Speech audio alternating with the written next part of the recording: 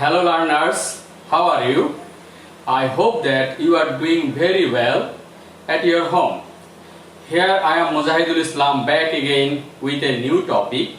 My today's topic is punctuation and capitalization. টপিকটি হচ্ছে English second পেপারের এবং ক্লাস 12 এর জন্য। তো যাই হোক, টপিকে যাওয়ার আগে মনে করিয়ে দিতে চাই যে করোনা ভাইরাসের এই দুর্যোগের সময় হাজার হাজার মানুষ মারা যাচ্ছে প্রতি মুহূর্তে। এই অবস্থায় আমাদেরকে খুব সাবধান থাকতে হবে, সতর্ক থাকতে হবে সুস্থ থাকার জন্য। তো চলো আমরা আমাদের লেসনের ফিরে যাই। আর হ্যাঁ, একটা জিনিস অবশ্যই মনে রাখবে, ভিডিওটি অবশ্যই খুব গুরুত্ব সহকারে শুনবে এবং নিয়মগুলো মনে রাখবে, নিয়মগুলো খাতায় নোট করে রাখবে যখন ভিডিওটি দেখবে। তা না হলে তুমি নিয়মগুলো মনে রাখতে পারবে না এবং সঠিকভাবে ব্যবহার করতে পারবে না। তো এখানে আমি তোমাদেরকে একটা স্যাম্পল টেক্সট দেখাচ্ছি পাংচুয়েশনের ব্যবহারের উপরে এবং ক্যাপিটালাইজেশনের ব্যবহারের উপরে। তো এইটা একটা স্যাম্পল কোশ্চেন। আমরা পরীক্ষার খাতায় পরীক্ষার কোশ্চেনে এমন একটা কোশ্চেন পাবো, টেক্সট পাবো, ঠিক এই ধরনের একটা টেক্সট পাবো। সেখানে কিছু ভুল পাংচুয়েশন দেওয়া থাকতে পারে অথবা পাংচুয়েশন দেওয়া নাও থাকতে পারে। তো আমরা কি করব? আমরা যেটা করব যে যদি কোথাও ভুল পাংচুয়েশন দেওয়া থাকে সেটাকে আমরা কারেকশন দিব। আর যদি পাংচুয়েশন মার্কের ব্যবহার নাও থাকে, সেখানে যদি পাংচুয়েশন ব্যবহার নাও করা হয়, আমরা সেখানে পাংচুয়েশন দিব। এখানে দেখো লেখা আছে myself, good morning Rana, how are you. Rana কি বলছে? I am so so and you। এখানে কিছু আছে কিনা দেখা যাক। এটা সঠিক আনসারটা এইভাবে দেওয়া আছে, I am so so। দেখো সো এর পরে ফুল স্টপ এবং এখানে কিন্তু ফুল স্টপ দেওয়া নেই। আবার দেখো এখানে এন্ড এর হচ্ছে এটা ক্যাপিটাল হয়ে গেছে কারণ সেন্টেন্সটি শুরু হয়েছে। এখানে দেখো কোশ্চেন মার্ক দেওয়া নেই, এখানে কোশ্চেন মার্ক দেওয়া হয়েছে এবং আন্ডারলাইন করে দেওয়া হয়েছে। তোমরাও এই কাজটি করবে। আবার এখানে দেখো এই সেন্টেন্সে লেখা আছে my self, I am well, but why aren't you completely well। এখানে দেওয়া আছে ফুল স্টপ, কিন্তু আসলে এটা ফুল স্টপ হবে না, এটিকে কারেকশন দিতে হবে। এখানে আসলে হবে question mark, question mark well, যেহেতু প্রশ্ন করা হয়েছে। আর একটা ভুল দেখো আরেন্ট, এখানে একটা কমা হবে, এই যে কমাটা দেওয়া হয়েছে এখানে, ঊর্ধ্ব কমা যেটাকে আমরা বলি, দেওয়া হয়েছে এখানে। তো এই ধরনের একটা টেক্সট পাবে তুমি। এই টেক্সটটি ভালো করে পড়বে এবং কোথায় কোন ধরনের পাংচুয়েশন ব্যবহৃত হওয়া বা হবে এটা খুব চিন্তা ভাবনা করে তোমাকে ইউজ করতে হবে, তা না হলে ভুল হয়ে যাবে। আর তুমি যদি সঠিক আনসার করতে পারো, 10টি কারেকশন দিতে পারো, 10টি পাংচুয়েশন ঠিকমতো ব্যবহার করতে পারো, তাহলে তুমি ফুল মার্কস পেয়ে যাবে, আই মিন 5 এ 5 পেয়ে যাবে। তো এখন আমি তোমাদেরকে কোথায় কোন ধরনের পাংচুয়েশন গুলো বসতে পারে বা বসবে আমি একটি একটি করে তোমাদেরকে দেখিয়ে দিব। চলো প্রথমে দেখা যাক। আমরা এখন দেখব ফুল স্টপের ব্যবহার। আমরা কোথায় ফুল স্টপ ব্যবহার করব? আমরা ফুল স্টপ ব্যবহার করব, লেখা আছে full stop is used at the end of an assertive sentence. আমরা ফুল স্টপ হচ্ছে একটি অ্যাসার্টিভ সেন্টেন্সের শেষে ব্যবহার করি। উদাহরণ দেখো, একটি assertive sentence, arsenic is a chemical substance. Assertive sentence কোনগুলো? যেগুলো বিবৃতি দেয়, হ্যাঁ বা না বাচক যে সেন্টেন্স গুলো, এগুলোকে আমরা অ্যাসার্টিভ সেন্টেন্স বলে থাকি। তো arsenic is a chemical substance, দেখো এটা যেহেতু অ্যাসার্টিভ সেন্টেন্স, এখানে ফুল স্টপ ব্যবহার করা হয়েছে। It is very dangerous for human health, this is also an assertive sentence. For this আমরা এখানে ফুল স্টপ ব্যবহার করেছি। আবার অ্যাসার্টিভ সেন্টেন্স আমরা জানি দুই প্রকার, একটি হচ্ছে অ্যাফার্মেটিভ আর একটি হচ্ছে নেগেটিভ। এই সেন্টেন্সটি negative, people should not take arsenic contaminated water. মানুষের আর্সেনিক কন্টামিনেটেড ওয়াটার খাওয়া উচিত না, এবং এটা যেহেতু অ্যাসার্টিভ সেন্টেন্স আমরা ফুল স্টপ ব্যবহার করেছি। তো বিষয়টি অবশ্যই ক্লিয়ার যে অ্যাসার্টিভ সেন্টেন্সের শেষে আমরা অবশ্যই ফুল স্টপ ব্যবহার করব। চলো পরবর্তী নিয়মে চলে যাই। আমরা আর কোথায় ফুল স্টপ ব্যবহার করি? at the end of an imperative sentence। অবশ্যই ইম্পারেটিভ সেন্টেন্সের শেষে তোমরা ফুল স্টপ ব্যবহার করবে। एग्जांपल দেখো, post the letter before sunset. সূর্যাস্তের আগেই চিঠিটি পোস্ট করতে বলেছে এবং এখানে আদেশ করা হয়েছে আদেশ করলে আমরা জানি ইম্পারেটিভ সেন্টেন্স হয়, এই জন্য এটি full stop. Kill the dragon before I close my eyes, চোখ বন্ধ করার আগে তুমি ড্রাগনটাকে মেরে নিয়ে আসো। তো এটাও আমি অর্ডার করলাম ইম্পারেটিভ সেন্টেন্স, যেহেতু এখানে ফুল স্টপ ব্যবহার করা হয়েছে। 3 number, at the end of an indirect exclamatory, indirect exclamatory সেন্টেন্সের শেষেও আমরা ফুল স্টপ ব্যবহার করি। দেখো, the stranger explain that the lake was very charming. 2 number example দেখো, the old lady explain that the glow of after the sunset was mesmerising. এগুলো সবই হচ্ছে ইনডাইরেক্ট এক্সক্লামেটরি সেন্টেন্স, আর সেই জন্য আমরা ফুল স্টপ ব্যবহার করেছি। 4 নাম্বার আমরা দেখছি at the end of an optative sentence, অর্থাৎ অপটেটিভ সেন্টেন্সের শেষে আমরা ফুল স্টপ ব্যবহার করি। মে আল্লাহ ব্লেস ইউ, আমরা অপটেটিভ সেন্টেন্স ব্যবহার করি মানুষের জন্য দোয়া করার জন্য, কারো শুভ কামনা করার জন্য। তো এটা দিয়ে আমরা হচ্ছে দোয়া করছি, ফুল স্টপ ব্যবহৃত হয়েছে। 5 নাম্বার হচ্ছে at the end of an indirect question, indirect ন্যারেশনে তো আমরা যখন ইন্টারোগেটিভ সেন্টেন্সকে ইনডাইরেক্ট করে ফেলি, তখন আমরা কোশ্চেন মার্ক না দিয়ে ফুল স্টপ ব্যবহার করি। দেখো, the officer asked me what I wanted to say, interrogative সেন্টেন্সের ইনডাইরেক্ট করা হয়েছে এবং এখানে ফুল স্টপ ব্যবহার করা হয়েছে। এটাও সেম, তোমরা পড়ে নিলে বুঝতে পারবে। এরপরে আমরা জানছি 6 নাম্বারে, at the end of a short polite statement, ছোট্ট ছোট্ট স্টেটমেন্ট যদি এরকম হয়, ইয়েস, যদি ইয়েস দিয়ে একটা বক্তব্য কমপ্লিট করা হয় বা নো দিয়ে যদি একটা বক্তব্য কমপ্লিট করা হয়, তখন আমরা এগুলোর পরে ফুল স্টপ ব্যবহার করব। নাইস টু সি ইউ, ছোট ছোট স্টেটমেন্ট কিন্তু আমার বক্তব্য কমপ্লিট, এই সমস্ত জায়গায় আমরা ফুল স্টপ ব্যবহার করব। 7 নাম্বার ফর অ্যাব্রিভিয়েশন, অ্যাব্রিভিয়েশনের সংক্ষিপ্তকরণ। দেখো, বিএসসি, বি দিয়ে ব্যাচেলর বোঝাচ্ছে কিন্তু পুরো না লিখে শুধু বি লেখা হয়েছে এবং এই জন্য এখানে ফুল স্টপ ব্যবহার করা হয়েছে। এমএসসি ফুল স্টপ ব্যবহার করা হয়েছে, পিএইচডি ফুল স্টপ ব্যবহার করা হয়েছে। তো অ্যাব্রিভিয়েশনের ক্ষেত্রে আমরা ফুল স্টপ ব্যবহার করি। এখন আমরা দেখব কমার ব্যবহার। আমরা কমা কোথায় ব্যবহার করি? To separate items of a list. যদি আমি একটার পর একটা ওয়ার্ড লিখতে থাকি বা কোনো কিছু লিখি, তখন ওই প্রত্যেকটা ওয়ার্ডকে আলাদা করার জন্য আমরা কমা ব্যবহার করি। দেখো, we need to buy eggs, flour and sugar for the cake. এখানে এগস এন্ড ফ্লাওয়ার দুইটা ওয়ার্ড লেখা হয়েছে, এই জন্য এখানে কমা ব্যবহার করা হয়েছে। আবার দেখো, last year I visited Italy, France, Spain and Russia. এখানে ইটালি, ফ্রান্স, স্পেন এগুলো এক একটা নাম এবং এগুলো সিরিয়ালি লেখা হয়েছে, তো একটা থেকে আরেকটাকে আলাদা করে দেখানোর জন্য আমরা কমা ব্যবহার করেছি। 2 নম্বরে দেখো, to mark phrases, to mark phrases. আমরা ফ্রেজকে আলাদা করার জন্য মূল বক্তব্য থেকে, সেন্টেন্স থেকে বা ক্লজ থেকে ফ্রেজকে আলাদা করার জন্য আমরা কমা ব্যবহার করে থাকি। ফিনিশিং মাই হোমওয়ার্ক, এটুকু একটা phrase. I went to sleep, আমি ঘুমাতে গিয়েছিলাম। এটুকু হচ্ছে পুরো সেন্টেন্স, সিম্পল সেন্টেন্স এবং এটুকু হচ্ছে একটা ফ্রেজ।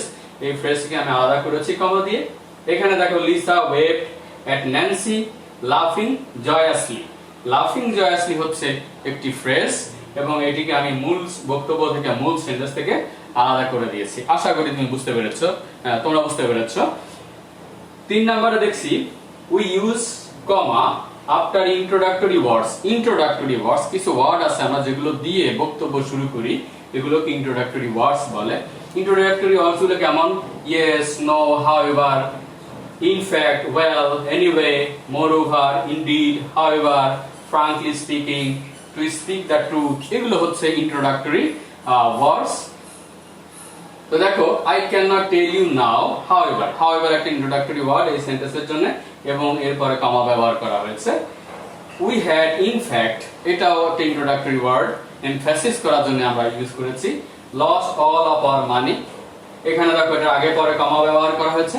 এখানে ইয়েস দিয়ে yes I can, yes introductory, yes, তারপর আই ক্যান একটা স্টেটমেন্ট এবং এখানে কমা দেওয়া হয়েছে। ওয়েল, কমা দেওয়া হয়েছে। ইয়েস, তারপরে কমা দেওয়া হয়েছে, কারণ ইয়েস এর পরে আমার আরো বক্তব্য ছিল, এগুলো লিখতে হয়েছে, এজন্য ইয়েস কে আলাদা করতে কমা ব্যবহার করা হয়েছে। হাউএভার, এখানেও কমা ব্যবহার করেছি।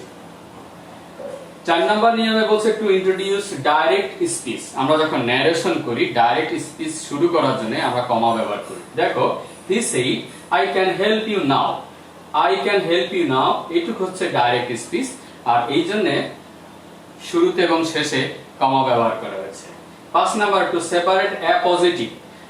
তোমরা এটা মডিফাই করার সময় বুঝতে পারো বা করেছো, অ্যাপজিটিভকেও আমরা কমা দিয়ে আলাদা করি। Tom the captain of the team, টমকে আমরা তার একটা পরিচয় দিলাম। এই কোন নাউনকে পরিচয় করার জন্য যে অতিরিক্ত তথ্য দেওয়া হয় এটাকে অ্যাপজিটিভ বলা হয়, এবং এই অ্যাপজিটিভকে আমরা আগে পরে কমা দিয়ে আলাদা করে দিই। 6 নম্বরে দেখো at the end of a quotation, question tag, tag কোশ্চেনের শেষে at the end of a question tag, অর্থাৎ কোশ্চেন ট্যাগে যে স্টেটমেন্ট, সেই স্টেটমেন্টের পরে আমরা কমা ব্যবহার করি। এখানে দেখো লেখা আছে she solved the math in a moment, এটা হচ্ছে ট্যাগ কোশ্চেনের স্টেটমেন্ট, এইটুক ট্যাগ কোশ্চেন, তো এখানে কমা ব্যবহার করা হয়েছে। এখানে দেখো ভ্যালেন্টিনা ট্রেস্কোভা ফ্লাইট দ্য রকেট, এটা হচ্ছে এই ট্যাগ কোশ্চেনের এইটুকু হচ্ছে স্টেটমেন্ট, এবং এই স্টেটমেন্টের পরে কমা ব্যবহার করা হয়েছে। আশা করি বুঝতে পেরেছো। 7 নম্বরে হচ্ছে টু অ্যাড্রেস সামওয়ান, কাউকে যখন আমরা নাম ধরে বা তার ডেজিগনেশন ধরে যদি আমরা কাউকে সম্বোধন করি তখন আমরা কমা ব্যবহার করব। দেখো মম, সে মাকে সম্বোধন করে বলছে I can not find my shoes, আমি আমার জুতাটা পাচ্ছি না, তো এখানে মমকে সে সম্বোধন করেছে এবং এখানে কমা ব্যবহার করা হয়েছে। আশা করি কমার ব্যবহার বুঝতে পেরেছো। এখন আমরা কোশ্চেন মার্কের ব্যবহার দেখব। কোশ্চেন মার্কের ব্যবহার তোমরা খুব সহজে জানো, যখন আমরা ইন্টারোগেটিভ সেন্টেন্স লিখি বা শুনি শেষে কোশ্চেন মার্ক দিতে হয়।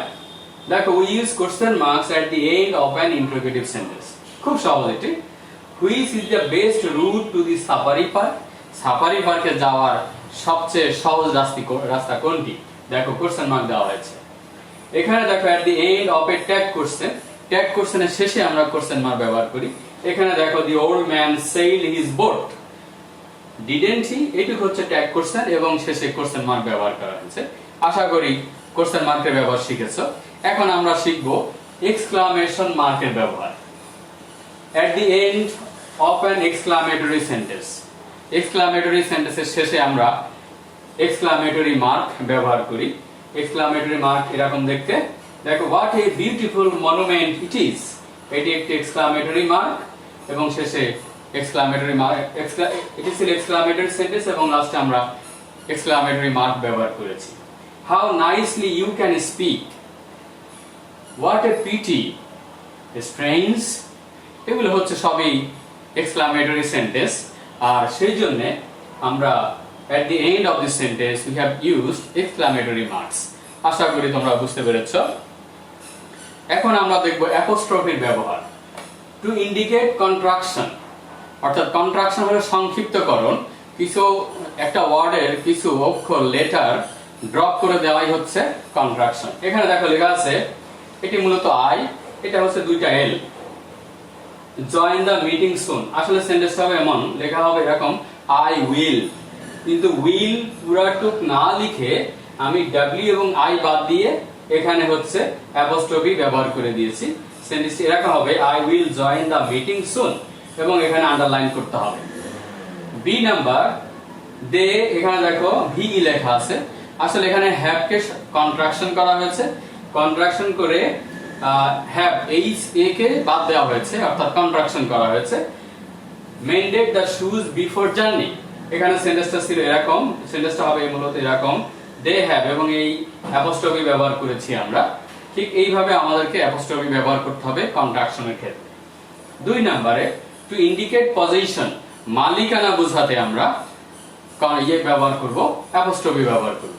যেমন দেখো I want to buy John's car, এখানে উত্তরটা দেখো জনস, এখানে জনস এর পরে একটি অ্যাপোস্ট্রফি এস আছে, এবং কারোর মালিক, কার কার, জনস এর কার, তো জন এই কারের মালিক, এবং এই মালিকানা বোঝানোর জন্য আমরা অ্যাপোস্ট্রফি এস ব্যবহার করেছি, এবং এস এর আগে অ্যাপোস্ট্রফি আছে, এই জন্য একে বলা হচ্ছে অ্যাপোস্ট্রফি এস। তো আশা করি তোমরা এটি বুঝতে পেরেছো। এখন আমরা দেখব সেমিকোলনের ব্যবহার। Semicolon can be used in a compound sentence not joined by a conjunction, অর্থাৎ একটা কম্পাউন্ড সেন্টেন্সে আমরা জানি যদি দুইটা ক্লজ থাকে তো তাকে আমরা এন, বাট অথবা আর ইত্যাদি কনজাংশন দিয়ে আমরা এটাকে জয়েন করে দিই। কিন্তু অনেক সময় আমরা চাইলে এগুলো অ্যাভয়েডও করতে পারি, এন ব্যবহার নাও করতে পারি, বাটের ব্যবহারকে অ্যাভয়েড করতে পারি। যদি আমরা এন অথবা বাট এগুলো ব্যবহার করতে না চাই, ওই জায়গায় আমরা সেমিকোলন ব্যবহার করতে পারি। এই সেন্টেন্সটি দেখো, she was honest and sincere activist and she was nominated by the party chairman। এখানে দেখো এন্ড ব্যবহার করা হয়েছে এবং এটা compound sentence.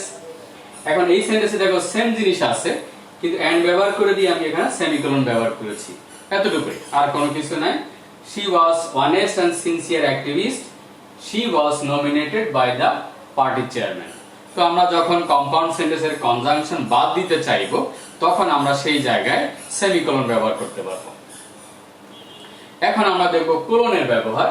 Two introduce a list of items, এটা কিছুটা কমার মতো। আমরা কমা তো যে কাজটি করেছি, যখন একটা লিস্ট অফ আইটেমস ইন্ট্রোডিউস করব, সেখানে আমরা কোলন ব্যবহার করব। দেখো এখানে লেখা আছে the shirt is available in 3 colours, 3টা কালারে অ্যাভেলেবল। আমরা এই শার্টটাকে 3টা কালার পাবো শার্টের।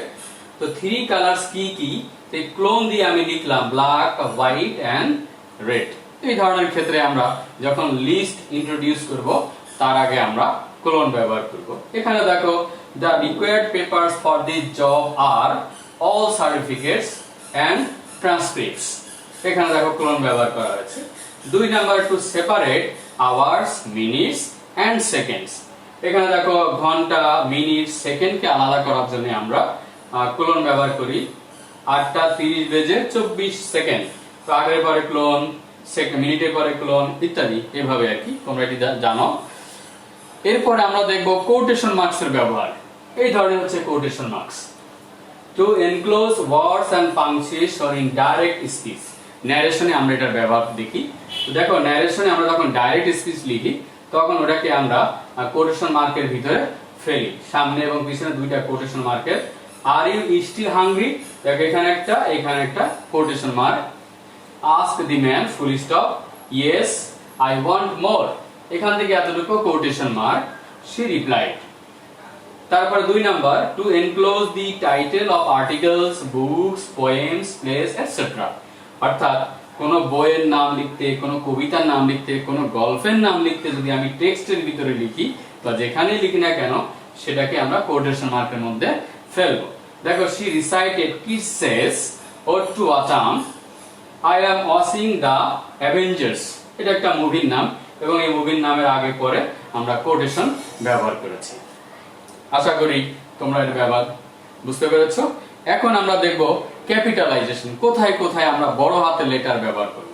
দেখো, capitalise the first letter in every sentence. প্রত্যেকটা সেন্টেন্সের শুরুর অক্ষরটা অবশ্যই বড় হাতের হবে। দেখো, the moon had disappeared from the night. The দিয়ে শুরু হয়েছে, টি শুরুর অক্ষর, আমি টি কে ক্যাপিটাল করে দিয়েছি। ট্রিস, এই সেন্টেন্সে ট্রিস এর টি দিয়ে শুরু হয়েছে, টি ক্যাপিটাল করে দেওয়া হয়েছে। 2 নাম্বার দেখো, capitalize names and other proper nouns. প্রত্যেকটা নামের প্রথম অক্ষরটা বড় হবে, অথবা যে কোনো প্রপার নাউন্সের প্রথম লেটারটা ক্যাপিটাল হবে। দেখো, মাই ফেভারিট অথর মানে লেখক, ইজ জেন অস্টিন। এটা হচ্ছে প্রপার নাউন, এই জন্য জেনের জে ক্যাপিটাল, অস্টিনের এ ক্যাপিটাল। তুমি যখন তোমার নাম লিখো, প্রথম অক্ষর বড় হাতে লিখো না, তোমার নামটা প্রপার নাউন, এই জন্য তুমি বড় হাতে লিখো। এরপর দেখো, have you met my dog Boomer. Boomer হচ্ছে আমার ডগের নাম, এবং বিটা ক্যাপিটাল করা হয়েছে, যেহেতু এটা প্রপার নাউন। আশা করি তোমরা 2 নাম্বার নিয়মটা বুঝেছো। এরপরে আমরা দেখব 3 নম্বরে বলছে নেমস আর প্রপার নাউন্স, অর্থাৎ যে কোনো কিছু নামই হচ্ছে প্রপার নাউন। সেটা the names of cities, countries, companies, religions and political parties are also proper nouns, so you should capitalize them। অর্থাৎ শহরের নাম, দেশের নাম, কোম্পানির নাম, ধর্মের নাম, রাজনৈতিক দলের নাম, এগুলো সবই প্রপার নাউন। এই জন্য এগুলো লিখতে প্রথম অক্ষরটাকে ক্যাপিটাল করতে হবে। দেখো, ঢাকা হচ্ছে একটা সিটির নাম, ডি ক্যাপিটাল। কান্ট্রি, বাংলাদেশ একটা কান্ট্রি, এই জন্য বি ক্যাপিটাল। ওয়ালটন একটা কোম্পানির নাম, এই জন্য ডব্লিউ ক্যাপিটাল। ইসলাম একটি ধর্মের নাম, এই জন্য আই ক্যাপিটাল। বিজেপি এটা ইন্ডিয়ার একটা রাজনৈতিক দল, এই জন্য ক্যাপিটাল ব্যবহার করা হয়েছে। এখানে আমরা এটা বুঝতে পেরেছি। 4 নাম্বার হচ্ছে capitalize the first word of a quotation. যখন তুমি কোটেশন করতে যাবে, কোটেশন দিবে, তার প্রথম অক্ষরটা বড় হাতে লিখবে। Mario asked what is everyone doing this weekend. দেখো হোয়াট ডাব্লিউ দিয়ে শুরু হচ্ছে কোটেশনটি, এই জন্য আমরা ডাব্লিউটিকে ক্যাপিটাল করে দিয়েছি। আশা করি বুঝতে পেরেছ। এখন আমরা দেখব 5 নাম্বার ক্যাপিটালাইজ ন্যাশনালিটিস, অর্থাৎ জাতি বোঝাতে প্রথম অক্ষরটা ক্যাপিটাল হবে। আর ল্যাঙ্গুয়েজ, যে কোনো ভাষা, বাংলা বি ক্যাপিটাল হবে, ইংলিশ একটা ভাষা ই ক্যাপিটাল হবে, ফ্রেঞ্চ একটা ভাষা এফ ক্যাপিটাল হবে। আবার ন্যাশনালিটি জাতি, বাংলাদেশি আমরা জাতি বি ক্যাপিটাল হবে, ইন্ডিয়ান আই ক্যাপিটাল হবে, তারপরে হচ্ছে ব্রিটিশ বি ক্যাপিটাল হবে। 6 নাম্বার দেখো ক্যাপিটালাইজ হিস্টোরিক্যাল ইভেন্টস এন্ড এরাস। ঐতিহাসিক ঘটনাগুলোকে লিখতে গেলে আমাদের বড় হাতের অক্ষর ব্যবহার করতে হবে। আর এরাস বিভিন্ন যুগ, যুগ যদি লিখতে চাও তাও ক্যাপিটাল ব্যবহার করতে হবে। যেমন দি ফার্স্ট ওয়ার্ল্ড ওয়ার, এটা একটা ঐতিহাসিক ইভেন্ট, এই জন্য দেখো W capital, war capital, war W capital. How was the life of a women in the middle ages, এটা একটা হচ্ছে এরা মানে যুগ, মধ্যযুগকে বুঝিয়েছে, এই জন্য এম ক্যাপিটাল, এ এইজের এ ক্যাপিটাল। আশা করি বুঝতে পেরেছ। 7 নাম্বার আমরা দেখব ক্যাপিটালাইজ ম্যান-মেড স্ট্রাকচার, অর্থাৎ মানুষের তৈরি বিভিন্ন স্থাপনা আছে, এগুলোকেও ক্যাপিটাল করতে হবে। বিখ্যাত স্থাপনা যেমন দেখো এম্পায়ার স্টেট বিল্ডিং, ই এটা একটা মানুষের তৈরি স্থাপনা, ই ক্যাপিটাল, স্টেটের এস ক্যাপিটাল, বিল্ডিং এর বি ক্যাপিটাল। আবার the Eiffel Tower, E capital, T capital. আর দা টাইটানিক, টি ক্যাপিটাল। 8 নম্বরে দেখছি আমরা capitalize natural and man-made landmarks, অর্থাৎ মানুষের তৈরি হোক আর প্রাকৃতিক হোক যে কোনো বিখ্যাত জায়গাকেও আমরা ক্যাপিটাল করব। যেমন দেখো মাউন্ট এভারেস্ট, এটা একটা ন্যাচারাল ল্যান্ডমার্কস।